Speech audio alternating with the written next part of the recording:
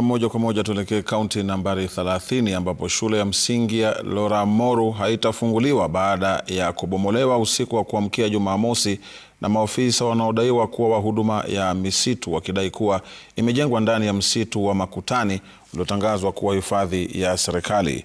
Wazazi na walimu walipata mshtuko walipopata shule hiyo imebomolewa. Inaripotiwa kuwa maofisa hao waliwasili wakiwa na magari 7 ya Land Cruiser na lori na pia kuondoa chakula na vifaa vya ujenzi.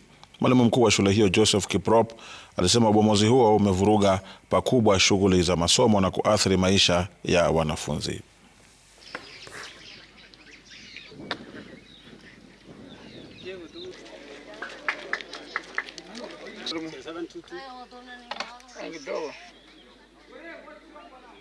Tuko mwaka 2 saa hii bila maneno na watu wengine melete saa hii.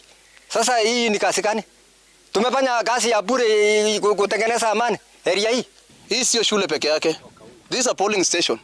Hii ni polling station imepigia mpaka president kura. Hii ni polling station imepigia mpaka MP kura. Hivi leo inasemekana labda imekaa kwa forest between shule na hizi vitu zingine zote. Nini ilikuja kwanza kama sio shule? Wanafunzi wale tulikuwa nao walikuwa 85 wote. Kuna PP1 wanafunzi 32, alafu PP2 wanafunzi 26, alafu grade 1 wanafunzi ni 20, alafu grade 2 wanafunzi ni 9.